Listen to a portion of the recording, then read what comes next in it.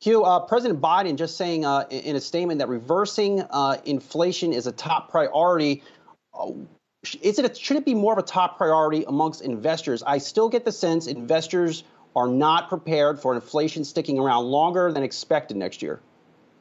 I think you might be right there, because obviously the real question is what is going to happen to inflation and how's the Federal Reserve going to react to it or respond to it, because that'll determine what's going to be the outcome for longer term interest rates, and that matters to stock buyers an awful lot. So I think the inflation issue is a very substantial issue, and I think we've all kind of come around to, Brian, I think we've come around to accepting that we're going to see that inflation, these high elevated rates are sort of transitory, and that they'll come down some in 2022, the middle of 2022.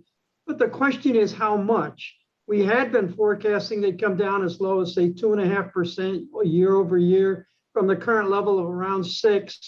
Right now, I think that's really wishful thinking. I think they're going to come down, but come down to maybe 3.5% and stay elevated through 2023 and 2024, which means that sooner or later, the Federal Reserve, I'd say the second half of 2022, is going to get around to raising interest rates. How many times they raise interest rates in 22 and 23 and 24 is a real issue, because that will determine a lot of the outcome for stocks.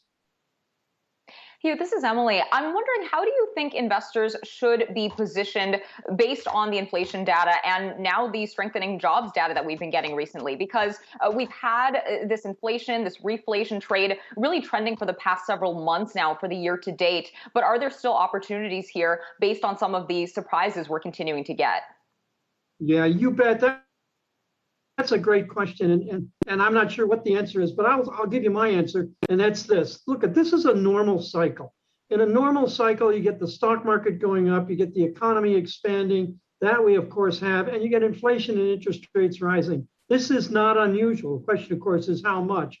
What do you do historically? What do you do when you get that kind of a phenomena? And the answer to that question, I think, Emily, is you stay with the economically sensitive sectors of the market. And that starts with materials and industrials, and it goes on to technology. So that's where I think you're going to have to sort of stay. In the economically sensitive sectors of the market, it's the best hedge against inflation. And then there's lots of alternatives that you can try to find. But I think as a broad-based thing, stay with equities, stay with the economically sensitive equities, and that includes materials, industrials, and technology stocks.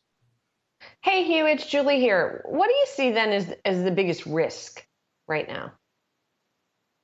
Oh, boy.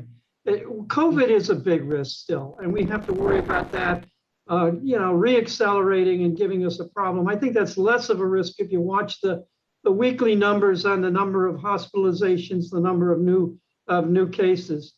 I think the big risk right now, quite frankly, is some of the things that have been pointed out by the Federal Reserve in their financial report, which is there's a lot of, I don't want to call it speculation, but things have been overdone in some places of the market.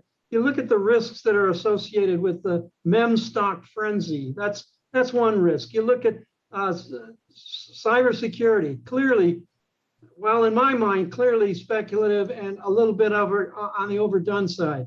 How about the U.S. housing market? I don't think it's the same thing as 2008, 2009, but the price performance of the housing market raises concern. These are concerns that if the economy starts to slow and starts to turn down, they can turn small declines into fairly significant declines, and particularly sharp declines in the markets, which will have a very dampening impact on consumer spending. So I think the big risk right now is those pockets of let's call it speculation or things being overdone in the financial markets generally. And let's not forget China. Hugh, we've been talking a lot about monetary policy and how the Fed might impact equity markets going forward. But what about fiscal policy? And of course, there are still a lot of debates happening in Congress right now. But what are your expectations in terms of corporate tax changes and how those might factor in to equity performance in the months and year ahead? You guys have great questions. That's a really good question. And I'll tell you why that's such a good question. I think in some ways we've dodged a bullet. Now, I know that there's going to be increased taxes on the very, very, very wealthy. I know that there's going to be a 15% minimum tax in corporations, but if you do the numbers, really crunch the numbers, that's not going to be a significant revenue raiser, and that's not, and this is the important thing, going to have a significant impact on S&P 500 earnings when it takes effect in 2022 and 2023.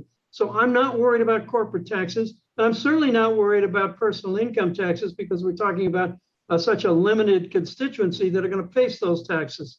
To be honest with you, we dodged a bullet because remember, we were talking about inheritance taxes, estate taxes. That was really going to be painful if some of that went through, especially a stepped up basis. I don't want to be technical, but that would have been a real problem.